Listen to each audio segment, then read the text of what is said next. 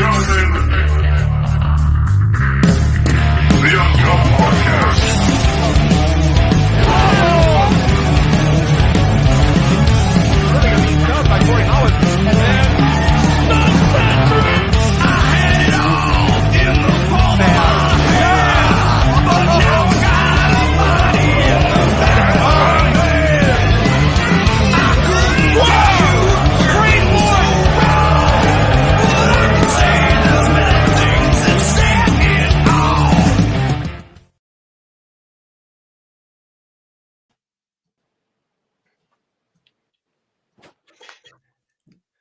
Oh God, here we go.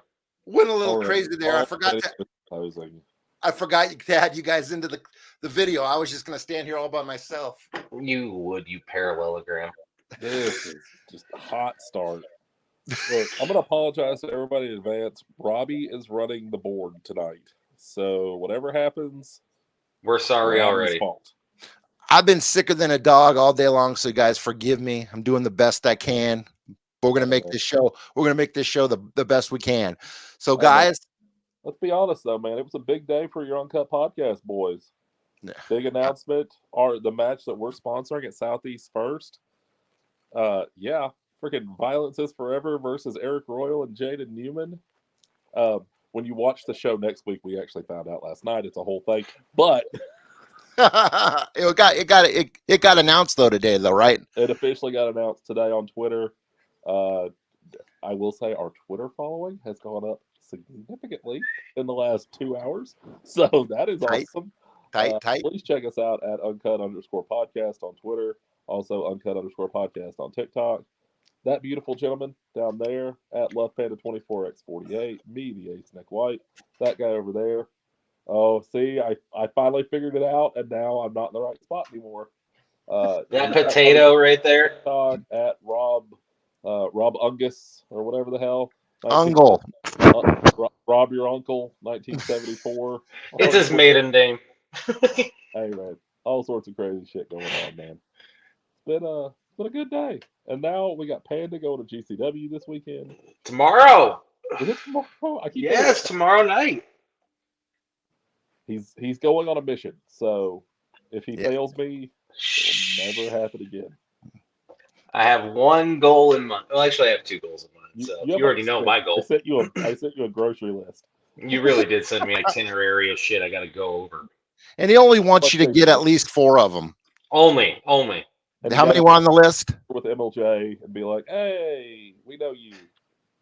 I was the guy that missed your interview. Hey. Oh yeah, you did, didn't you? Oh, well. Yeah, I'm a dick for that. You tagged me in the post, and I was just like, Dave Chappelle. I forgot. I'm so used to you being here now. I know. Well, you do next week, technically. But life got more regulated, okay? All right. Well, look. We have, as our guest tonight, Matt's first wrestling memory was being licked by this man. So it's true. What else do you need in life? Hit the video. Full circle. Ladies and gentlemen, Robbie, are you ready? Are you prepared? Oh, I'm ready now. Okay. Ladies and gentlemen, Bushwhacker Luke. In just a moment, I'm going to go take a shower. We'll be back. It's going to get crazy as this hour progresses. We'll be right back.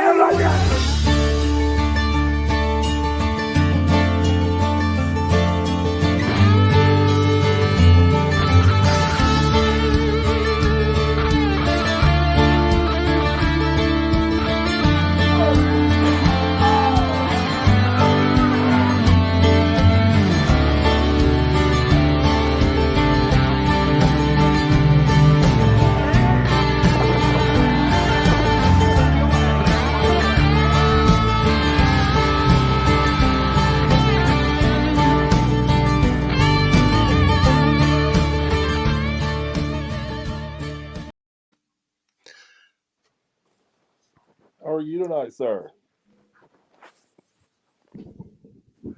Can you hear us? Can you hear us, Luke? Yeah, I can just hear you now. There we go. Sir, how are you? Well, am I on? You're on, yes, buddy. You're live and living color. Mate. I've been waiting all night. Get 8 mateys. It's great to talk to you, to all my fans, friends, and foes out there. How the bloody hell are you? You guys are looking good, but boys, change that bloody cologne. It smells like sardines.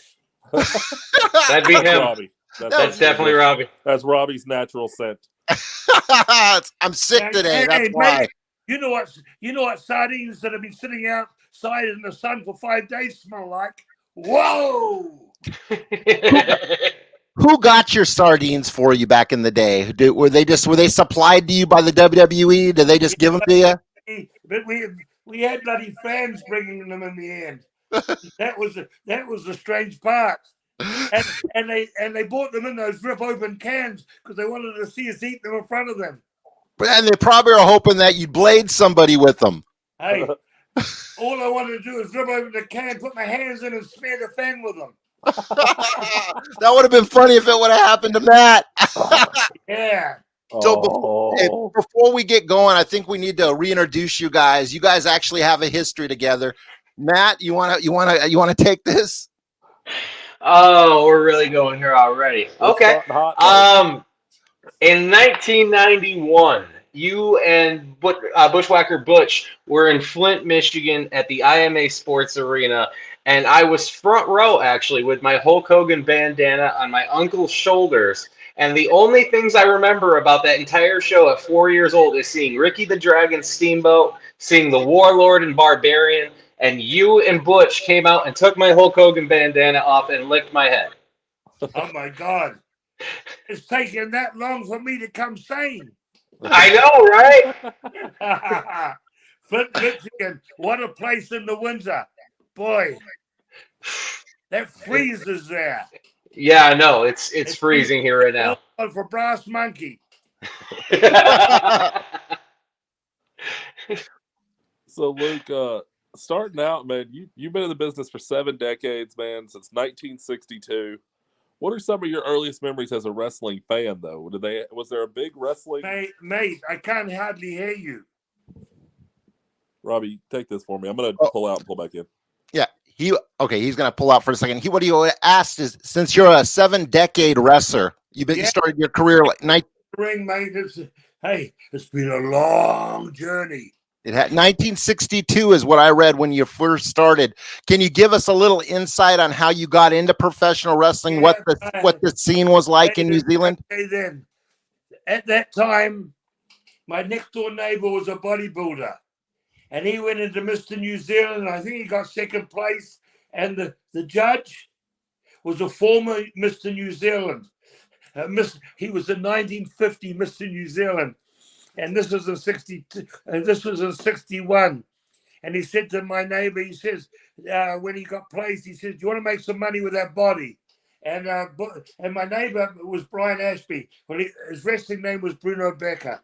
Anyhow, and he said, "What are you talking about?" And he says, "Well, come into this gym in the capital city, Wellington. We lived in a suburb called Lower Hart."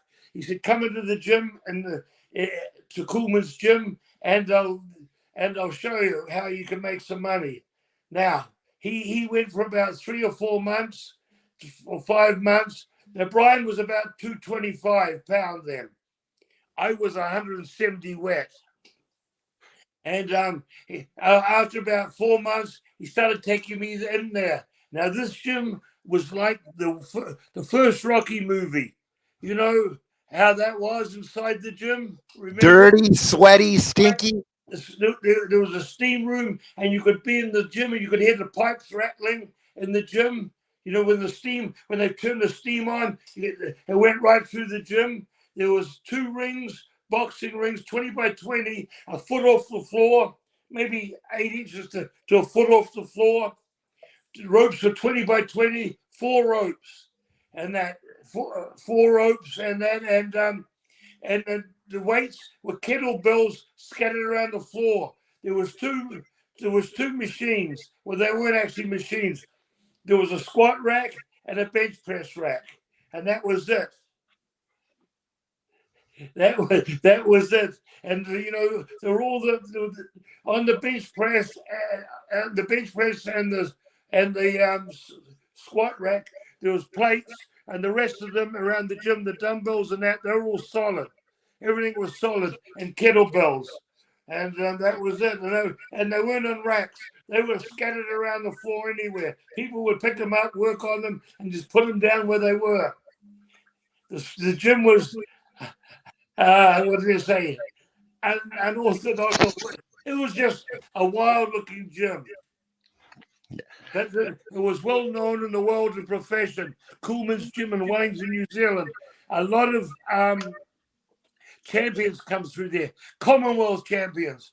I don't know whether you've heard of the Commonwealth Games. It's the British. It's the British form of the Olympic Games, where just the British countries go into, like Australia, New Zealand, India, South Africa, England, Scotland, Wales, Ireland.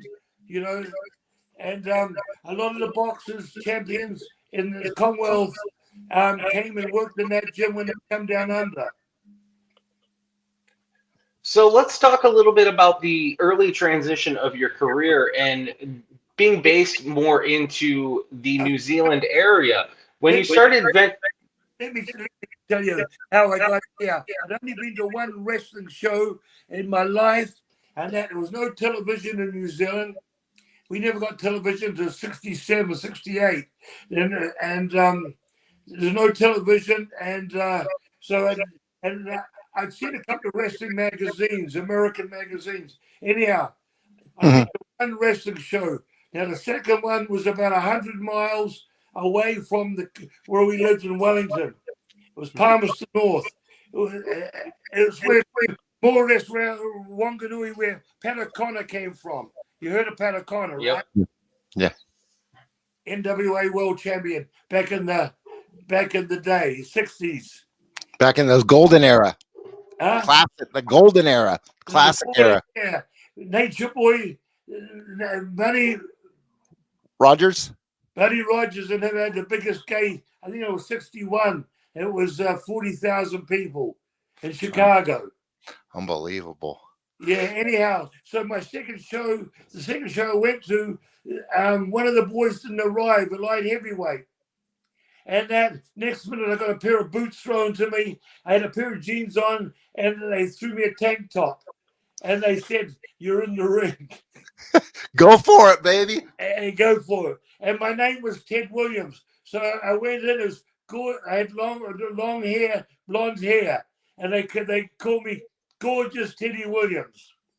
Yeah, I've seen that picture, and like I remember it was on a Facebook wrestling page, and it was they're actually asking, it was a contest, who could name who that wrestler was. Yeah, now how I worked as Gorgeous Teddy Williams till about 1965, 66. Yeah, Jim Barnett had come. Jim Barnett, the American promoter, who you must have heard of, right? Yeah. Yep. Yeah, he's the guy who got the wrestling up on the satellite, Turner to put the wrestling satellite. He come over and opened up wrestling in Australia in 1965, WCW. He owned WCW, the name. Oh, wow. He opened up, and I went over there in 66 to work for him, and he changed my name from Gorgeous Teddy Williams to Sweet William. And the photos that were circulating around of me in the States, and that they've got Sweet William underneath it. Yeah. Yeah, so that was that. So that I never remember what happened in that first match, but that was the start.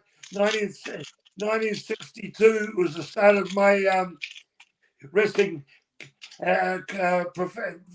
career. At that time, Americans would just come over. Well, it was mainly British and European wrestlers would come over, and they'd come over for a couple of months, and they'd work twice a week for a month or 2 months, and leave the country. And then when there's no wrestling there, the promoter would run a normal with the local boys. He'd run a show once every 3 months or 2 months. It wasn't until someone had come in the country, and one of the first Americans to come in the country was the Destroyer, Dick Byers. Mm-hmm. In my era. So you got a lot of regional success in your native country, and about when did you meet your tag team partner, Butch Miller? He didn't say. He was still playing rugby. You know, he was a good rugby player. So he was playing. You know, you've heard of rugby, right? Mhm. Oh yeah. Yep. And Oh, yeah. he started in 1966. He was with another company. We're just doing a show now and again. You know, they weren't. A guy had broke away and thought he could wrestle, and he trained Bob and that, and he had Bob working. Bob was actually working main event from day one, but the matches were the shits. The company was the shits. It wasn't drawing anyone. And he moved over, and we saw he trained in the gym near us, the YMCA. Anyhow, he came over to our gym and that, and one day, and that's how, and we started working. And I was about 175, the 180, and that, and we started working on shows together. And I'd work against him. He was about 220 at the time, and they'd mix them. And at the time, the amateur wrestlers used to go wrestle up to half time, and then we'd have two single matches before intermission, and then after intermission, those two single matches would come back in a tag, and then there'd be a heavyweight main event. That's Okay. how it was around the country at that time. You know, in the early 60s, it was. Strange, you know, and the police was a commission. You know, they came and measured the ring to make sure it was 20 feet inside the ropes. There was 4 ropes, and everybody on the card had to be clean. They couldn't have a criminal record. You know, the promoter had to hand every town he went to. The card had to go into the police station 6 weeks ahead of time, so they could check out the talent that no one had a criminal. Crazy, huh? That is pretty crazy. And you couldn't punch or kick. So if you punched or kicked in the match, the police would come in and stop the show, stop the match. A lot of bear hugs and headlocks, eh? Yeah, we did a lot of mat wrestling. You know, believe it or not, I could do flying head scissors and drop kicks and all that sort of stuff. We never ran to the ropes much. You know what I mean? We took turnbuckles, but we never did high spots off the ropes much or anything like that. It was mat wrestling, you know, up and down, up and down. Hey, before you go, Matt, I want to throw this picture up here, and I just want to tell you if you can tell us what time frame this picture was from. I can tell you, yes. That's a cool picture right there. Yes, it is.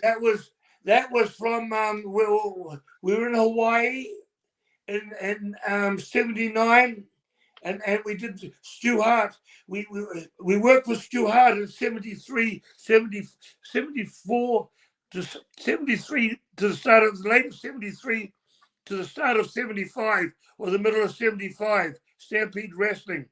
And we were in between territories. We're working Hawaii, and we had a Japan trip, and we had a month to fill in before we started for Don Owens and for Northwest Championship Wrestling. So we went from Hawaii. That I think that was in either Hawaii or Stu Hart's territory.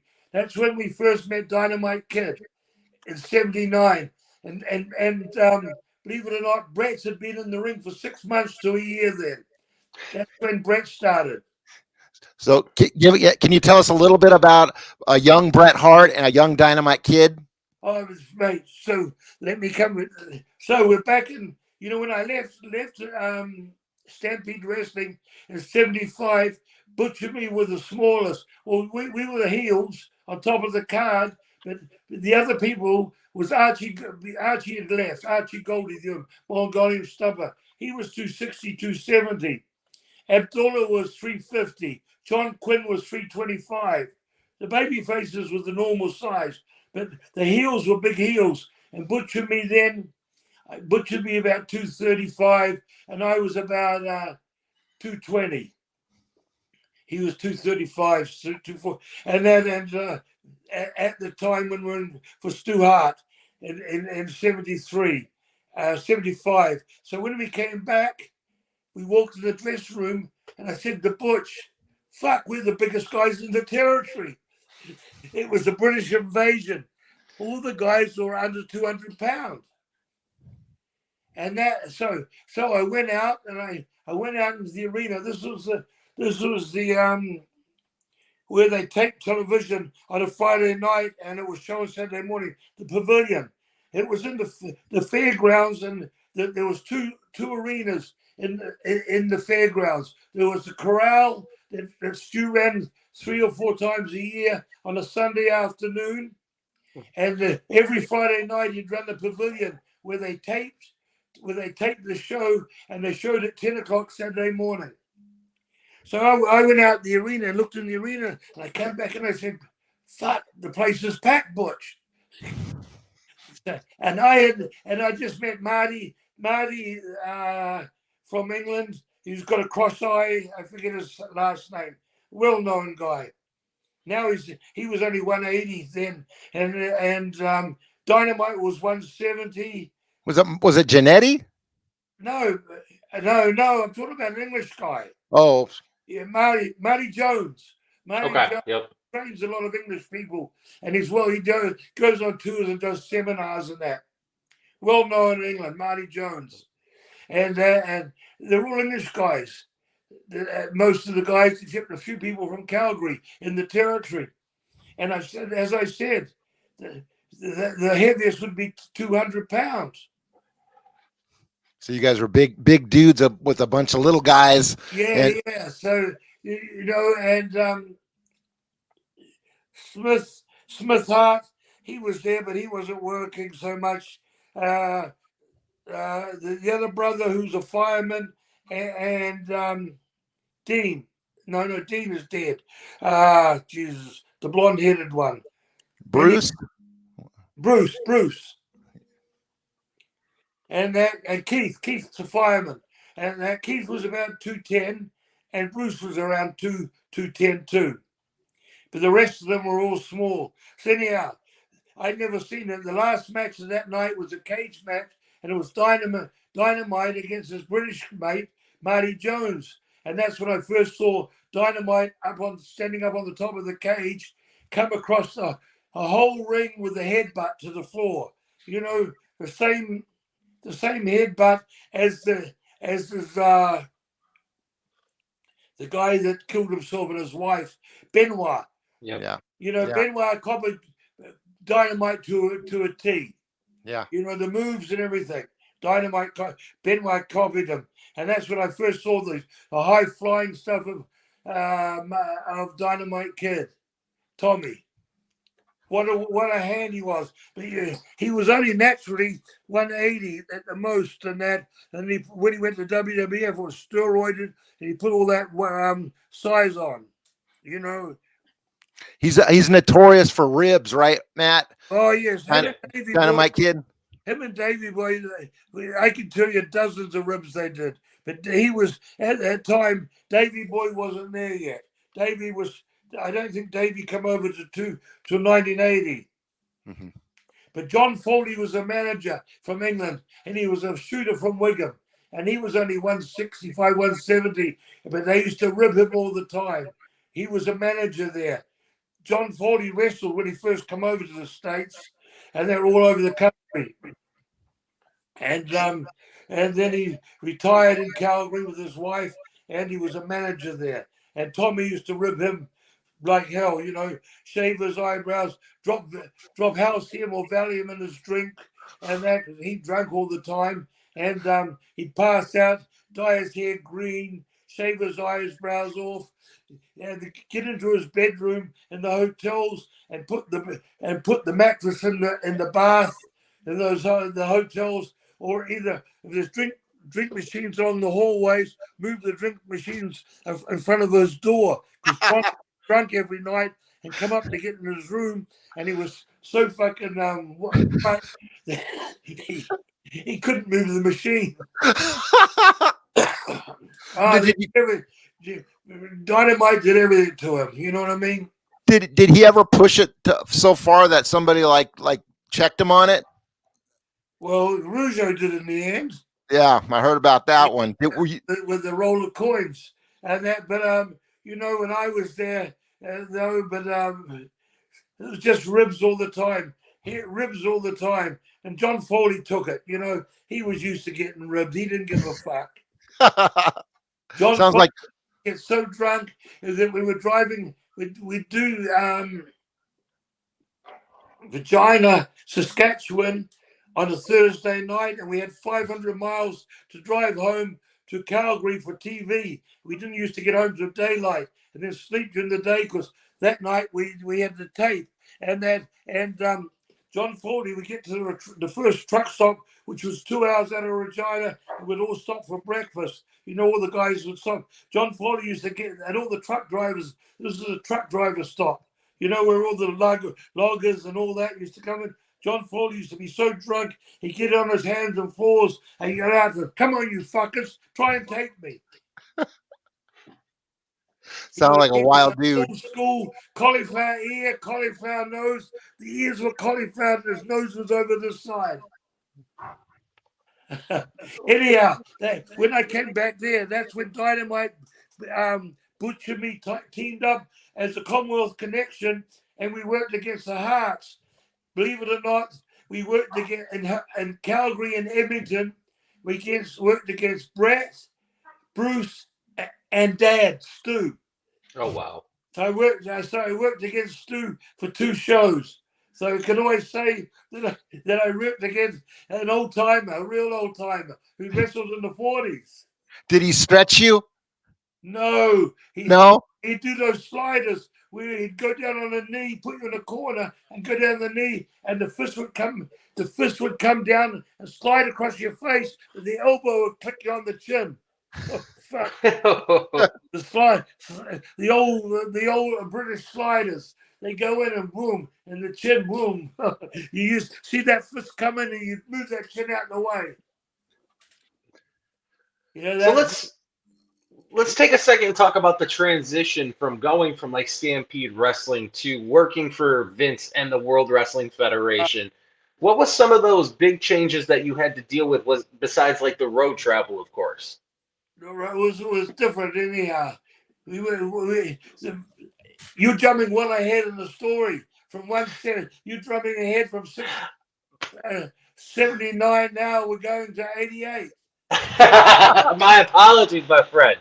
Anyhow, when we did the invasion into the States, and that's where we're working in Hawaii. We went home to New Zealand in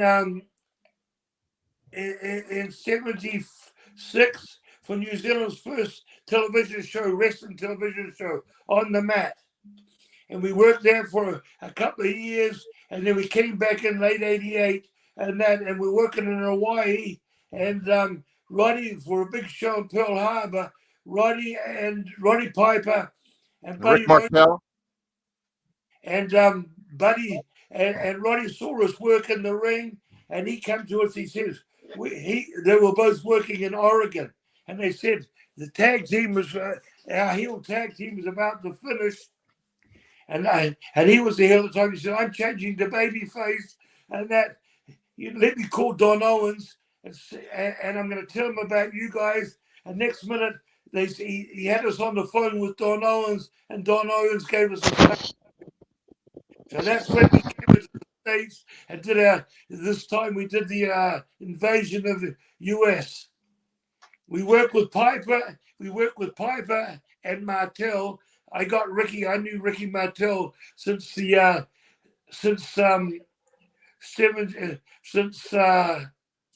72, 73. I met Ricky Martel and that when he was only 15.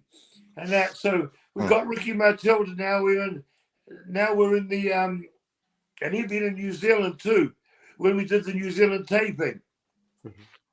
Mark Lewin had brought him over there, and that, so I got Rick Martel with Roddy Piper as the tag team, and Butch and me worked with them for 14 months straight. somewhere in there in 1973, there was a big event, a Jerry Park show that like was almost like 30,000 people, right? Yes. Yeah. Tell us about that. Can you tell Yeah, us a little bit about that? Now I'm working for Grand Prix. Andre had been in New Zealand before he comes to North America. Butch and me worked with Andre in handicap matches and in tag matches all around New Zealand against Andre. What was that like? And we worked with Peter Marvia too, The Rock's grandfather, in Yeah. Australia and New Zealand. So we worked with them, and we're going to Australia, and we met Killer Kowalski. We were heels in Australia, but we met a lot of us big names. You know what I mean? Yeah. Yeah. Australia, Killer Kowalski, one of them, because he's the guy that blew open the Australia. He's the one that really popped Australia wide open for Jim Barnett. Anyhow, so when we come to Grand Prix, and that the Vachons brought us over, and the main babyface who had just been there for 9 months or 6 months was Andre the Giant, and the main heel was Killer Kowalski. So we were lucky. The two main guys knew us well. So we were this Grand Prix was running 3 shows a night. And the Rougeaus are running 1 show a night. And this was in the province of Quebec and Ontario. Can you imagine that? 4 shows a night in 2 provinces? Nope. Unbelievable. And Grand Prix was selling out all the time. Come 73, they did that big angle where the Yukon Eric, where Killer Kowalski come off the corner and took part of Yukon's Eric's ear off in the 60s. You ever heard that story? Go ahead and elaborate on it for people that might not know. That was a big angle. He took you part of the ear off. He come off with a knee drop on the guy from the corner. And Wally was a big man. Killer Kowalski was 6'5", 6'6", and a body. You know what I mean? Notorious. He was setting up Madison Square Gardens in the 60s and 70s. He was the man. You know what I mean? Yeah, very much. He come off the ear and come off the corner and took part of the guy's ear off, and not meaning to, but the knee slid off and ripped part of the ear off. So they're doing this now. That was 10 years before, and they're redoing the angle. This time they're doing it with Morris Vachon. The Vachons were here. They're the guys that brought us over there, Morris and Butcher Vachon. And they were over big. They earned the promotion with Edward Carpentier, the Flying Frenchman. The Flying Dutchman. The Flying Dutchman, wasn't he? No, Frenchman, Edward Carpentier. He did WWE in French. He did all the the voiceovers in French for WWF. Okay. Right. Anyhow, so they redid the angle and that and a TV show and that and Mad Dog, his ear so bad. You know, ear is very tender. You nick it, the blood pours. Well, Yeah. Of course, Mad Dog is crazy. Morris, you didn't know him. He walked around in a suit in the snow and ice with bare feet and a suit and tie on. He was wild. I've seen him bite a person, come over the rail, and he grabbed the hand and ripped the flesh off a guy's finger. Oh, wow. He was an animal, you know. He was a medalist in the Empire Games, you know, a medalist in wrestling, an amateur, and he was only 220. Anyhow, he did this gig job on his ear, and the blood came everywhere. So we went into Jerry Park, and it was a big crowd. That was the main event: Mad Dog against Killer Kowalski, and that we were about 3 matches down. We were against the Italian connection. Dominic DiNucci, Tony Puglisi, Dino Bravo, and Gino Brito. And we had Sweet Daddy Sticky with our partner and the Bull Gregory. Bull Gregory was a bald-headed guy, about 260, like about 5'8", like a bull, you know, Bull Gregory. Yep. Bald. And funny part is, Jerry Park is where they had the Olympics in the 60s, you know, in Montreal. And that is in the city. and we've been working in Sherbrooke and different places, but it was out of the city limits, and we didn't know they were in the city limit. There was a commission. So in the first 3 minutes of the match, one of the baby faces was thrown outside by the heel. Butch jumped off the apron on the guy, and the commission stopped the match. The match only went 3 or 4 minutes. The commission stopped the match. We didn't know that that there was a commission there. That no one told us. Oh no! And that was that match, yeah, with all those guys. You got busted. Yeah, we got busted. Anyhow, the boys laughed at the back. And we said, well, nobody told us. We come back, we got the same payoff, whether we, whatever, but that was it. Jerry Park. But at the time, that was known as the biggest house in North America, apart from the one that they had 40,000 in Chicago 10 years before or 15 years before with Buddy, the Nature Boy, and the guy from New Zealand. So that was known as a big, super big house. And we didn't know till I never got told till it was in the 80s or 90s that Montreal and Toronto was the hotbed of wrestling in the 70s. It was outdrawing everywhere else. You know, the gardens in Toronto, Maple Leaf Gardens, and the houses and that, they were sold out all the time. And we had Andre there, you know what I mean? And Andre was working Toronto too against the Sheik, you know, the Sheik and all that. So the both places, they were selling out. It was just, business was on fire, mate. I'm sorry to interrupt you, but what would be, off the top of your head, the biggest crowd that you remember performing in front of? 96,400 or 94,600. That was the last show they ever had in the Wembley Stadium before they pulled it down and built the new one. It was 1991. It was 92 was Davey Boy against Bret. Yep. And where was that 91 or 92? 92? Yeah, 92. Well, That was the Wembley Stadium. It might help you. SummerSlam '91. You guys faced the natural disasters. Does that help you remember? No, well, this is the natural disasters in Madison Square Garden with the giant in that corner. That was in MSG. Okay, so that it must have been 92. I'm checking right now. But 1992. That was 92. That was 92. But the one in Wembley Stadium, it was a 6-man, and we were the first people out of the hatch. You know, people to fill a stadium of 96,000, it takes about 2 hours, right? Mm-hmm. And so the people are waiting to see something, and it was Hacksaw Jim Duggan, Butch and me against the Nasty Boys in the Mountie. And let me tell you, we all marched out. Hacksaw was doing the ho, Butch was doing the whoa, and I was doing the yay. And then we got in the ring. We marched to one side, marched to the other side. We could have kept marching to the ropes for 20 minutes, and the people were just, the aura in the place, the people was unbelievable. You know what I mean? The noise. But anyhow, we started the match, and everything we did, it was mind-blowing. You didn't have to do much. You know what I mean? And Duggan would march around the ring with us doing this, and the people were going crazy.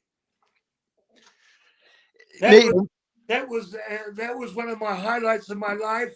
And the other highlight was an MSG in the 80s, and it was in a battle royal, and Hogan was the last guy to come in the ring, and Hulkamania was running wild in the 80s, and you know, WrestleMania, everything was running wild, and when he came out of the hole into the ring, Butch could put his mouth in my ear and talk to me. I wouldn't have heard a word, wouldn't have understood a word.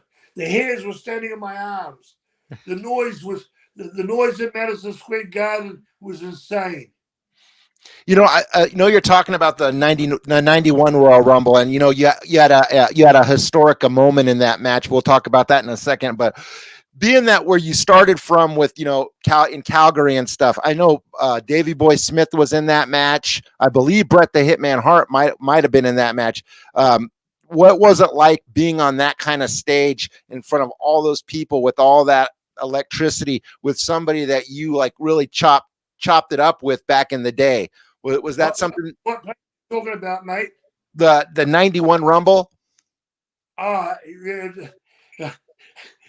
Is that the one that I Yeah.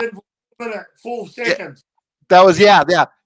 What was it? Did The noise those days was the same. When Butch and me come out at any of the shows or anything and started marching, everyone would be doing whoa and the yay. Butch would say whoa and I'd say yay. The whole crowd would go to this side, whoa, go to that side, yay, and we'd get the people going up and down. It was just, hey, the gimmick got over big. You know what I mean? Vince never gave us a gimmick. He gave us the name and that, and he says, I want you to be between the Moondogs and the Sheep Herders. And Butch said the Moondogs have been on USA Network for the last 5 years. We've been on Turner's Network for 10 years, off and on for 10 years, from 80 to 88 for 8 years. And he said, let's create something different. And he said, yeah, let's march to the. We always swung our arms up when we're healing, you know, to scare the fans. He said, let's march to the ring. And I said straight away, hey, my shoulders are fucked. I can't do that. And he said to me, you want to make money? That's pretty persuasive. and mate, people don't remember the wrestling. People remember the Bushwhackers. You know, wrestlers are forgotten about the wrestling. You know what I mean? They know of them, but when you've got a gimmick character like we had with the arm slinging, and especially their head licking now with the virus going around. I was going to ask you about that.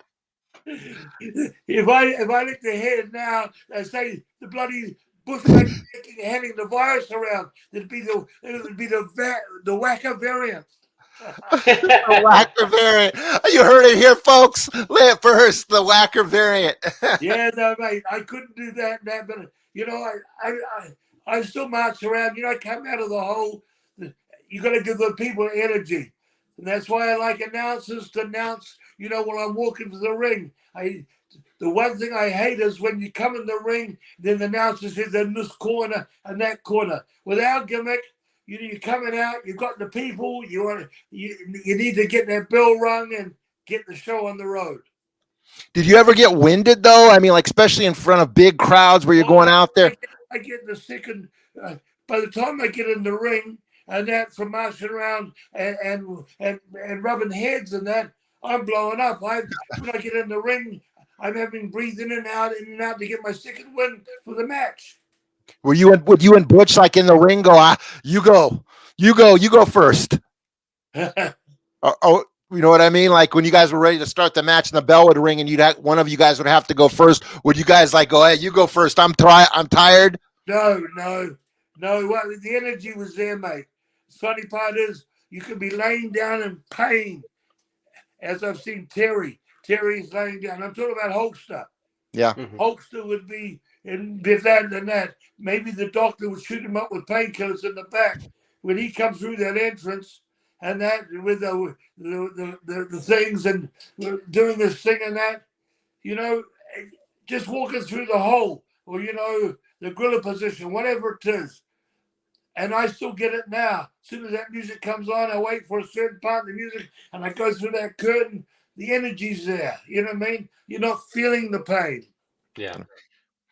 You think I could get you to shoot a little bit on the late, great Mean Gene Okerlund? You know, all those vignettes that you guys did really established you guys.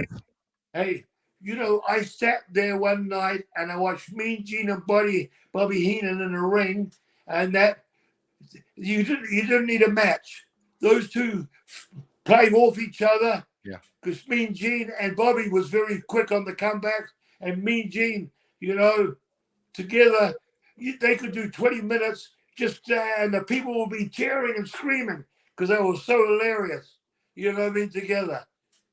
We did a lot of vignettes with him. Even when he did that, we went up in the mountains up in Tucson, and we had the old hut, and we were cooking the Bushwhacker buzzard, and we got me and Gene come out in Bushwhacker gear, and he was just acting like us, the third Bushwhacker.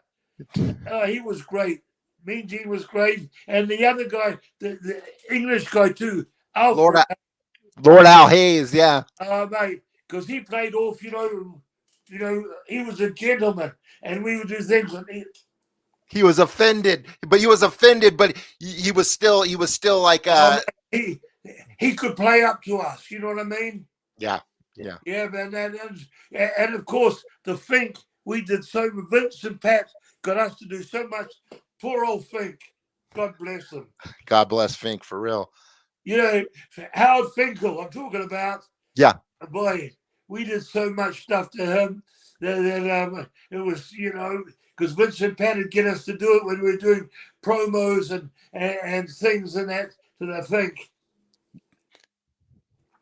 they loved the gimmick, you know. That was one thing. One thing it got over was the gimmick. It was I tried to say, I said to Vince in the end, when they were in 96, I said, turn his heels. And he said, no, you could never get over his heels. You're over too strong as baby faces. But I'm sure we've been around long enough to know that we could still dug in and got that heat because we're foreigners. Oh, heck yeah. You could have turned that. You could have flipped that script in a second. That's man, I don't want to say short-sighted vision, but I mean, there was so much opportunity there for storylines too. Even at the start, I said to him, you bring us in his heels and turn his baby faces, but you don't tell Caesar what to do. You know what I mean? True that. But as heels, we had our tires slashed, our windows knocked out so many times, you know, in territories. Yeah. Say, speaking of which, do you think we could talk a little bit about your feud with the Fabulous Ones? Because I mean, that's like things that are folklore right there. I mean, you got death matches today where people are beating each other up, but I remember being a kid, Matt. I'm sure you remember the magazines as a kid. You'd open them up and you see the Sherp Herders versus the Fabulous Ones, and it'd be like all that blood, all that. I mean, it made like Dusty Rhodes and Ric Flair blood look like a scratch. Yeah, I know. We did what? That's why people wanted to come out and see South America. We were hot, you know, especially against Latinos because Latinos love blood too. You know what I mean? They want to see that blood flowing. And I booked in Puerto Rico twice. I booked in the 80s. My main baby face was Brody, God bless his soul.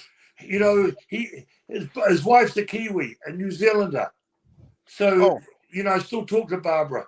And Brody and Abby was my main single heel, you know. So everywhere we went, I always had Brody and Abby as the things. And I booked in Puerto Rico for Carlos Colon, 83, 84 to the start of 85. That's when we did the first big house. We did 40,000.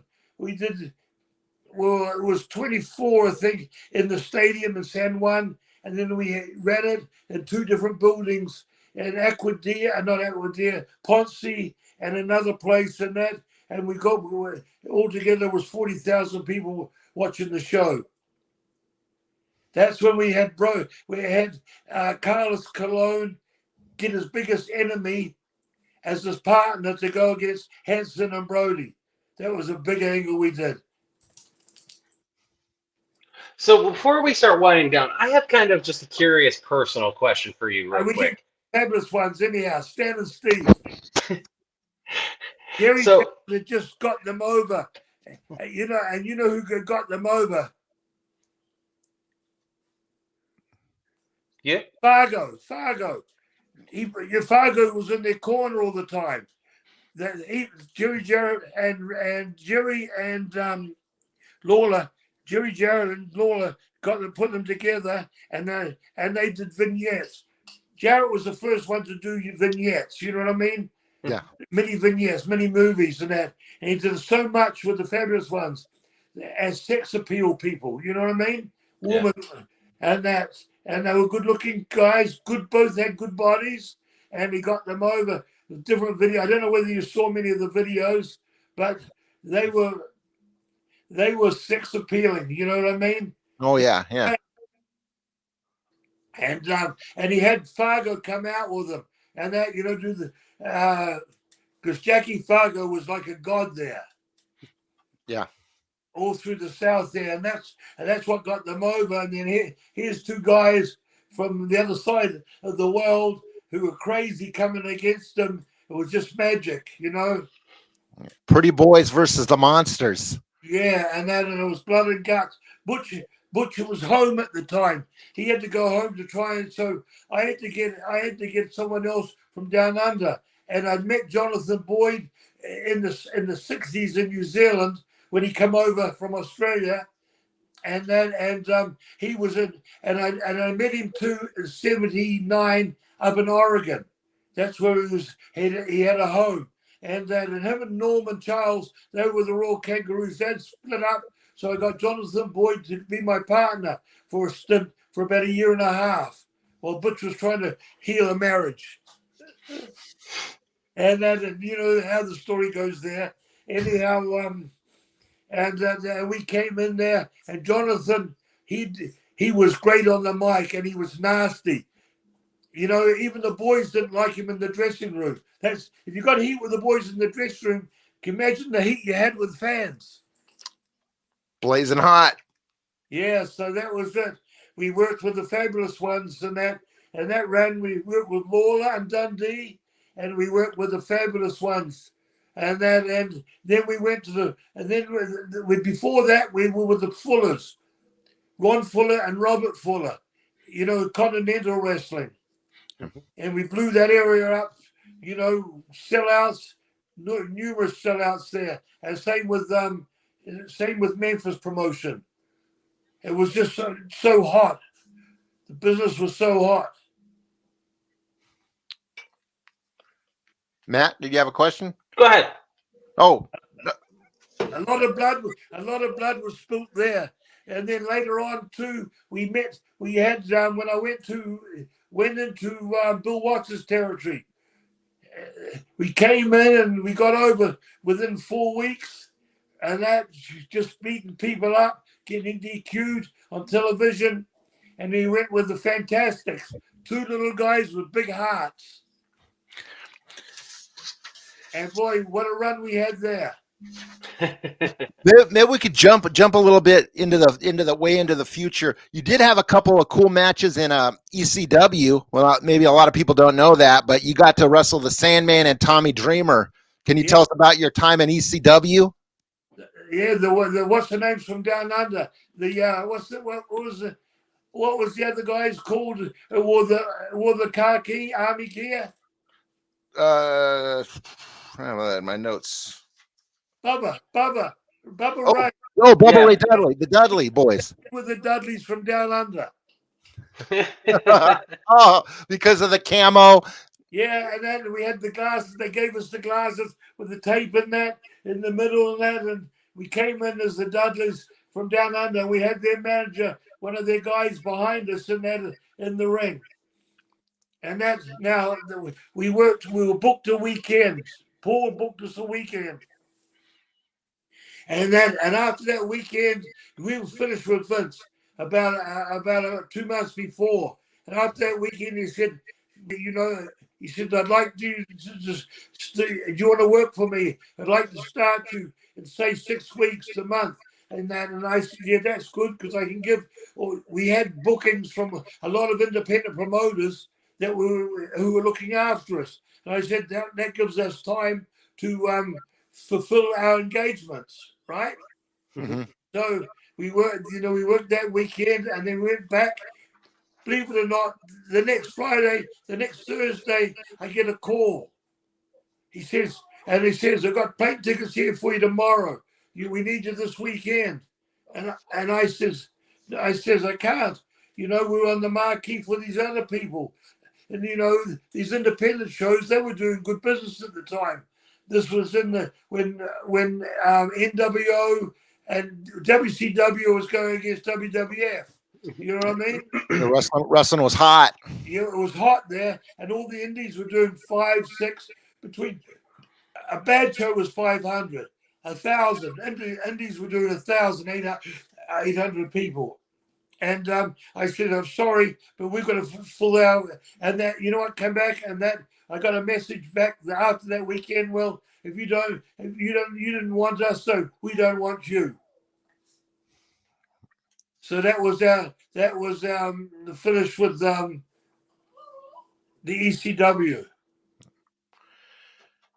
Oh, Matt, you got any more questions? Because I got one more myself. Yeah, we're about ready to wrap this up, Luke. It's been real good. We're going to have to get you back for a part 2 because you got so much to tell and so many stories. Matt, do you want to go ahead and? I can go for a while yet. How long are your shows? Well, we usually go about an hour. Yeah, are we? How far we got? How more we got to go? We got like 5 more minutes. Oh, let me. Hey, 1 second. I'm going to be off camera for 3 seconds. My daughter's calling to get out the door. No problem. You go, buddy. You can't. Don't. My daughter's the dog. Don't make her wait. Come on, Bubbles.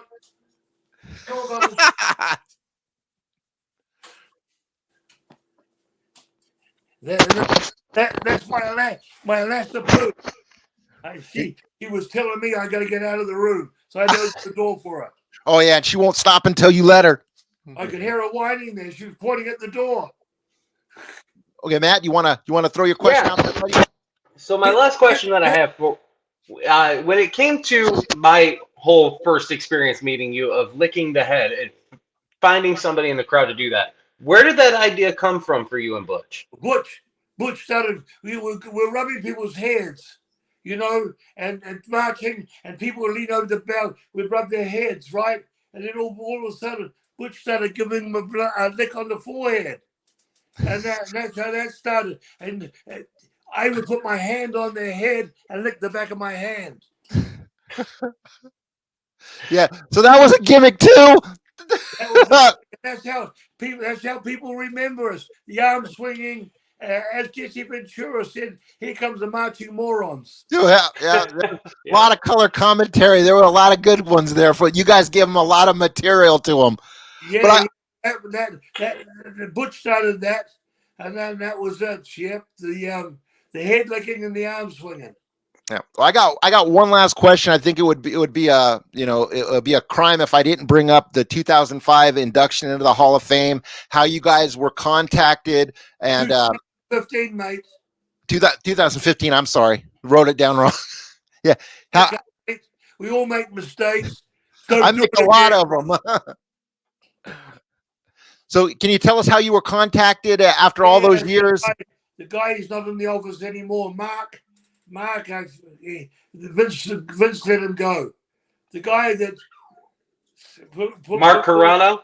Mark Carano, yeah. Thanks, Matt. Yeah, Mark Carano. And now he called me and that, and he says, and first thing I said to him, about bloody time. Now, hang on, I got someone crying here. 1 second. Sorry about this, guys. You're all right. You're right there, Matt. Anyhow, mate, This is a wild show. When we were asked to go in the Hall of Fame, and it went on Facebook and all that, so many people wrote up, Nick, what are you putting those two clowns in? They've never done anything in the business. All the northern people got on Facebook and that, and well, even the southern people. A lot of people didn't realize that the sheep herders were the bushwhackers. Can you believe that? They must be bloody blind. Yeah. Anyhow, we got a lot of people saying, what are you putting those two idiots on there? They've done nothing. They started late in life and that. They didn't know that we were wrestling, as a tag team of 66, and we'd started going to Asia, Malaysia, and Singapore, and Japan in the late 60s, and then we worked in all the big promotions around the country. Yeah. They had no idea. Yeah, a lot of wrestling fans, they got a little small snapshot of what the business is like from their perspective, and a lot of them don't realize that there's a whole broad thing going on out there. You know, There's and a whole planet.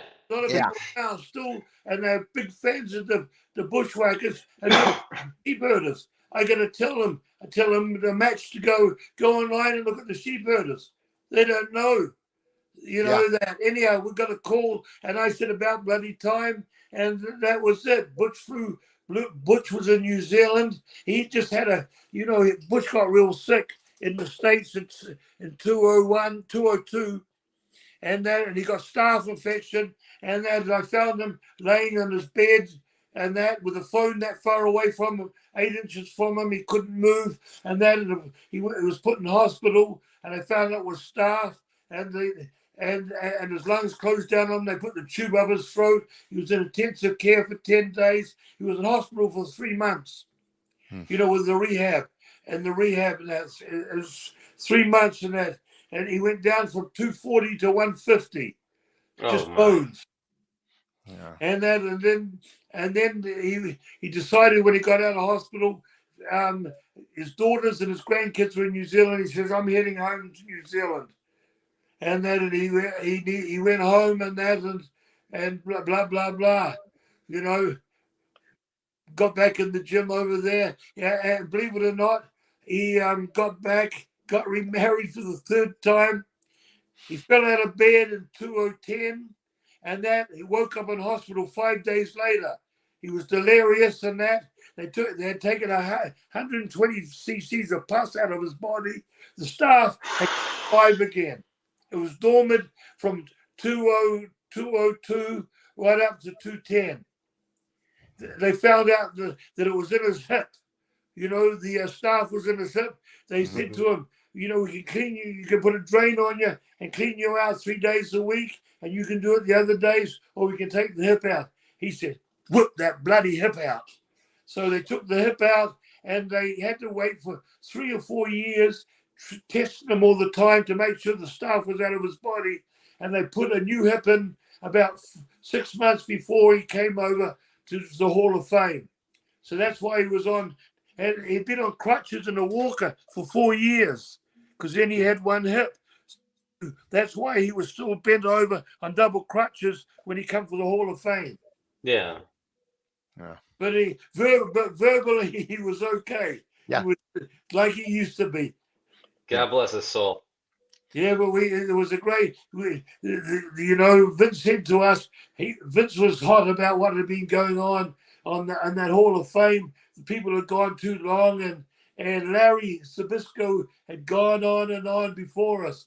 And he said, "Go out there and hit him with it." And we just put 3 things. We weren't scripted. I put 3 things together, 4 things together, punchlines, and I'd gone over it with Butch, and we went out there and did it. They wanted to write the speeches and all that shit for us. And we told them that's not our thing. We were from a different generation. Everything's today, you know that? Yeah, everything's scripted. Yeah. Why the people haven't got that feel. They haven't got their own feel to the problems. It doesn't look real. You know what I mean? Yeah. Exactly. There's no realism to it anymore. I 100% agree. No, but anyhow, we went off on that, and when we came back through the curtains, Vince was very happy. He was excited, coming, slapped us on the back, both of us. Well, here we're right about at time to close up shop here, and at the last part of our show, we like to give you an opportunity to go full screen and plug anything that you got, any upcoming events, merchandise, anything you want to tell your fans. So we're gonna give you the floor here. Okay, guys, my fans out there, and my friends, and whoever, and that my website is bushwhackerluke.com. I've got T-shirts. Here's one I've got on now. Woe in the Yates T-shirt, and I got to get bushwhacked down under. If you know what that means, down under. It was supposed to be, the word was supposed to be bush licked. Anyhow, I've got on the side, and I've got action figures. I've got buddies. I've got a lot of stuff. If you check out the site and my Facebook and Twitter and Instagram is Bushwhacker Luke too. Just Bushwhacker Luke. Appreciate it. Appreciate if you come on. If you want to chat with me, no problem. Cameo, Bushwhacker Luke, bushwhackerluke.com. Thrills. Well, that's awesome, man. All I got to say to you is, Cousin Luke, thank you so much for coming on, and thank you for 7 decades of being a professional wrestler and entertaining people with everything you have in your being. I You're enjoyed being on, mate, and we never got to some meaty questions yet, but there's Dude. another time. Oh, we're going to have you back. There's some road stories to come. Please come. We're going to have a special episode where we're going to bring you back on, and we're going to talk all kinds of shop, dude. This is part 1.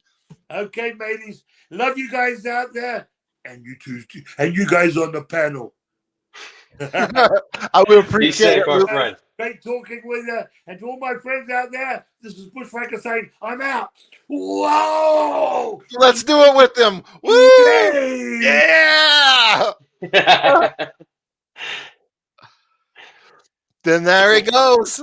What a ride. Well, Nick had some technical difficulties and had to dip out, but you know what? That goes with the territory, dude. The show went on. Matt, Here we are. Matt, I hope this was at least a seed to everything you want in the future. We got to close a chapter even a little bit tonight. There you go. So, well, I think we're ready to close out. I'm going to put my glasses on, and I'm going to need your assistance on this one because I got a chance in hell. Before you do that, actually, make sure that you follow us all on our social medias. Make sure you follow Robbie Dipshit over here at Rob Ungle 1974 on TikTok. Follow myself, Love Panda 24x48, and Dad, even though he fell out of the show, at the Ace Nick White. We will be back next week, but until then, hey, Robbie, how many clicks is it? And I cannot believe I just said that. It's 1 and 2. Now how am I going to do this? Use your third arm. Throw it up for me. You're not going to do it, are you? Nope, you got it. Nope. I think I would have been disappointed if you did. So I know, right? Peace out, ladies and gentlemen. We'll see you next week. Have a great week.